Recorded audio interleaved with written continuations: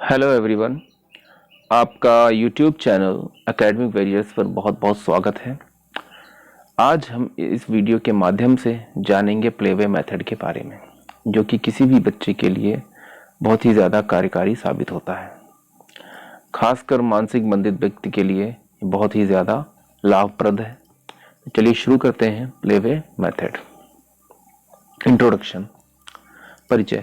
As the learning characteristics of children with mental retardation vary from that of children with average or above average intelligence।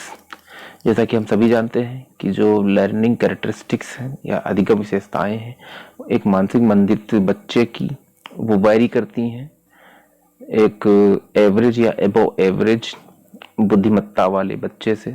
बहुत ही ज़्यादा vary करता है या difference होता है। It is necessary to have different teaching methods for them. ये बहुत ही आवश्यक हो जाता है कि उनके लिए डिफरेंट टीचिंग मेथड का उपयोग किया जाए उनके लेवल के अनुसार। These methods will help in achieving the objectives education programme. ये मेथड्स, ये जो भी विधियां हैं, ये सहायता करेंगी उनके एजुकेशनल प्रोग्राम के जो उद्देश्य हैं उनको प्राप्त करने के लिए। Knowledge recording those method is necessary to be successful special educator. अगर ज्ञान के आधार पर देखें तो ये मेथड बहुत ही ज़्यादा इफ़ेक्टिव होते हैं, जो कि एक सक्सेसफुल स्पेशल एजुकेटर के लिए आवश्यक होते हैं। मेथड्स में not be effective with all children. ये भी ज़रूरी नहीं है कि ये सारे मेथड्स सभी बच्चों के लिए इफ़ेक्टिव हों या प्रभावकारी हों। वैरी करता है हर एक इंडिविजुअल नीड्स पर। By considering the individual learning characteristics and unique needs, a special educator has to select the appropriate method। Same बात कही गई है कि एक इंडिविजुअल बच्चे की क्या उसकी नीड्स है, क्या उसका अधिगम विशेषताएं हैं, उसके आधार पर स्पेशल एजुकेटर को, विशेष शिक्षक को अप्रोप्रिएट मेथड का उपयोग करना चाहिए ताकि उसके लिए उस अधिक से अधिक मात्रा में कार्यकारी साबित हो। अब प्लेवे मेथड की बात करते हैं। हेनरी कॉल्डवेल कुक ने 1919 में इस प्लेवे मेथड का जिक्र अपनी एक बुक प्लेवे में किया था। उन्होंने ही इस मेथड का जो विचार है सबसे पहले रखा। Play is a constructive, active, free, self inspiring, inborn and joyous tendency of the child. बहुत ही अच्छी बात कही गई है। प्ले एक रचनात्मक, सक्रिय, स्वतंत्र और खुद को इंस्पायर करने वाला, जन्मजात और जॉयस टेंडेंसी मतलब आनंददायक क्षमता प्रदान करने वाला एक बहुत ही बढ़िया मेथड है, जो कि किसी बच्चे के लिए कार्यकारी साबित होता है। Play is a profound manifestation of creativity. ऐसा कथन NUNN नन के द्वारा दिया गया। Play is a profound manifestation of creativity. Principle of playway method. अब बात करते हैं प्लेवे मेथड के क्या क्या सिद्धांत हैं। पहला प्रिंसिपल है प्रिंसिपल ऑफ इनबॉर्ननेस, जन्मजात का सिद्धांत। The inborn qualities influence the education of the child. जो भी जन्मजात विशेषताएं हैं या जो भी जेनेटिक ट्रेट्स हैं जो कि हमारे पेरेंट्स से बच्चे में जाते हैं, वो एक बच्चे के शिक्षा पर बहुत ही ज़्यादा प्रभाव डालता है। फॉर एग्जाम्पल, उदाहरण के लिए, according to cognitive psychologist, the child makes use of assimilation which is given keeping in view to this fact is very successful। अगर संज्ञानात्मक साइकोलॉजिस्ट की बात करें तो उनका मानना यह है कि बच्चे जो भी सीखते हैं वो एसिमिलेशन के थ्रू सीखते हैं, आत्मसात चीज़ों को वो आत्मसात करते हैं, और ये बहुत ही सक्सेसफुल फैक्ट है। Play has an important place as an educational method. देखा जाए तो प्ले मतलब प्ले का या खेल का बहुत ही ज़्यादा महत्व है एजुकेशनल मेथड के तौर पर, शैक्षिक विधि के लिए बहुत ही ज़्यादा ये लाभदायक है। दूसरा जो हमारा सिद्धांत है वो प्रिंसिपल ऑफ नेचुरलिटी की है।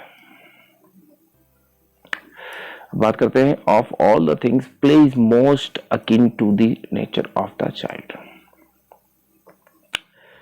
Play is most akin, akin means similar, मतलब जो प्ले है वो बहुत ही ज्यादा सिमिलर है नेचर ऑफ द चाइल्ड, किसी बच्चे के स्वभाव के लिए के आधार पर ही प्ले होगा, खेल होगा।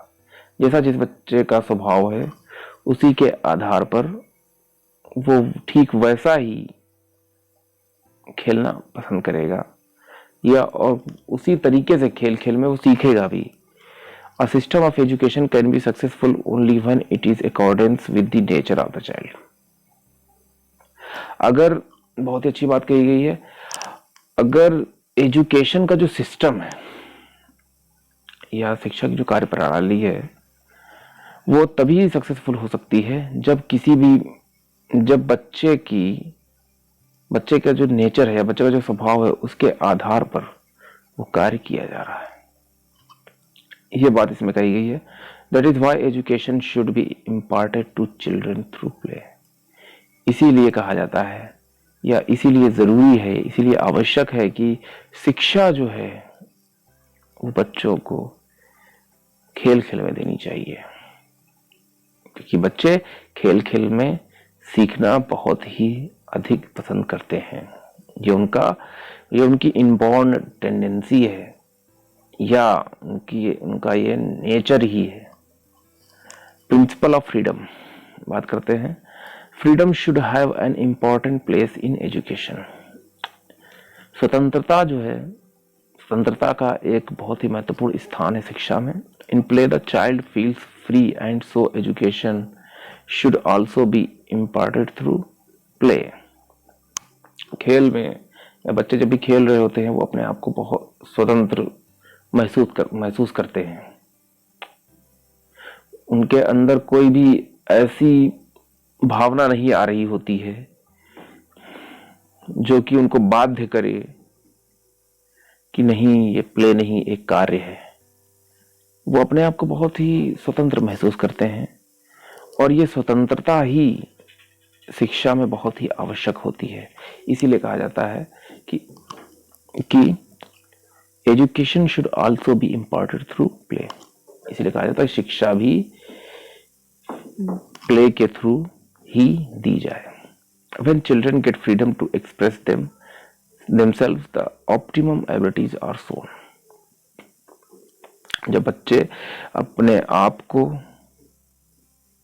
स्वतंत्र पाते हैं अपने आप को व्यक्त करने के लिए, तो वो अपनी पर्याप्त या उनके अंदर जो भी उनके गुण निहित हैं वो अपने आप को व्यक्त करते हैं। Example, if you are teaching colour red, let the child express all the things watches in environment in red colour. अगर आप किसी भी बच्चे को लाल रंग पढ़ा रहे हैं तो बच्चे को एक्सप्रेस करने दीजिए, वातावरण में जो भी लाल लाल चीजें हैं उन चीजों को देखने दीजिए, एक्सप्रेस करने दीजिए, खुद से रेड कलर को परसीव करने दीजिए। चलिए आगे अगले सिद्धांत की तरफ बढ़ते हैं। अगला सिद्धांत है हमारा प्रिंसिपल ऑफ एक्टिवनेस। जैसा नाम से पता चल रहा है, activeness makes a great effect on the education of the child. सक्रियता, एक्टिवनेस का एक अपना ही या एक महान इफेक्ट है, महान प्रभाव है या बहुत अधिक प्रभाव पड़ता है शिक्षा पर बच्चे के लिए। Since play makes a child active, देखिए प्ले एक बच्चे को सक्रिय बनाता है। Education should also be imported to him through play. Education should also be imported to him through play. किसी भी बच्चे के लिए खेल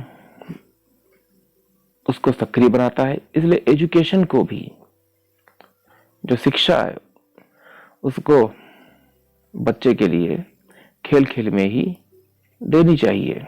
active participation through play in education makes the learning effective.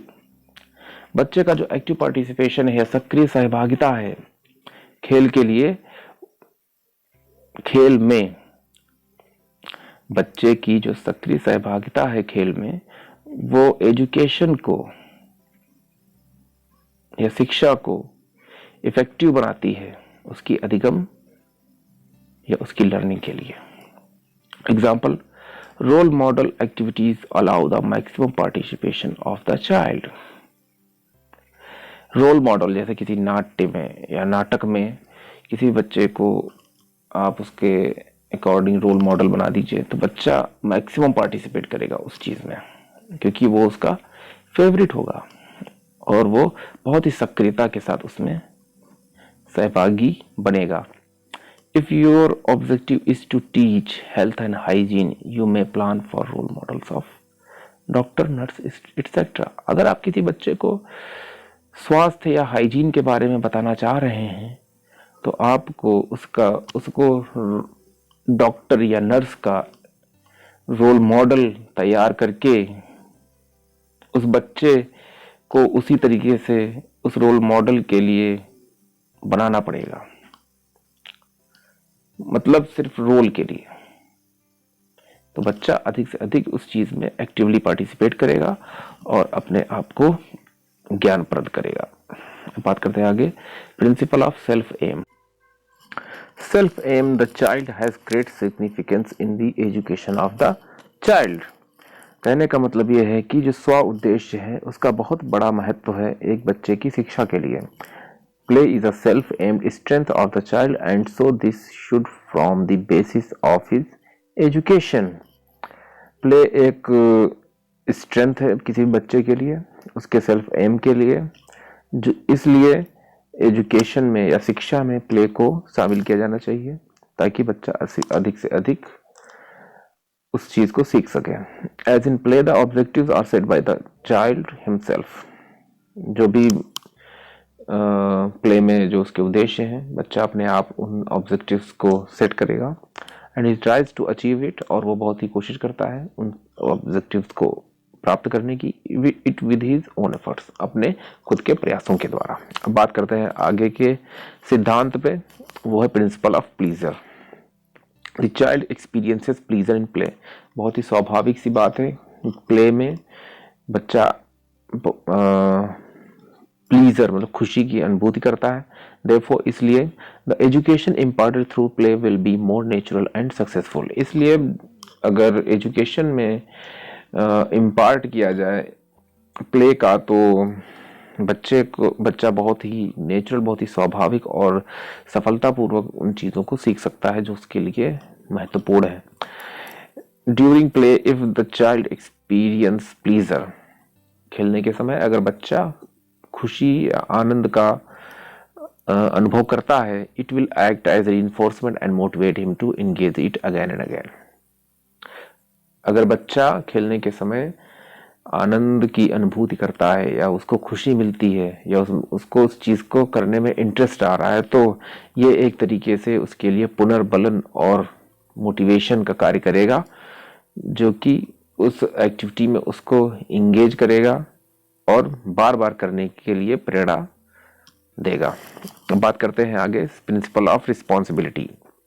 Through play child gets the training in shouldering responsibility. मतलब जिम्मेदारी का सिद्धांत है ये। बच्चा खेल के द्वारा जिम्मेदारी की ट्रेनिंग भी लेता है और the child experiences the same feeling of responsibility in receiving education. और वो सेम फीलिंग ऑफ रिस्पॉन्सिबिलिटी मतलब कि उसको उसी तरीके की भावना आती है जब वो ज्ञान या शिक्षा ले रहा होता है, या उसके अंदर जिम्मेदारी की भावना आती है शिक्षा को ग्रहण करते के समय in receiving education. And he does all the tasks of class actively and with interest. और बच्चा सारे के सारे कक्षा में कार्य बहुत ही एक्टिवली और सक्रियता के साथ करता है और इंटरेस्ट के साथ करता है। व्हेन अ चाइल्ड प्लेज ही और she is responsible for the end result. जब एक बच्चा खेलता है या प्ले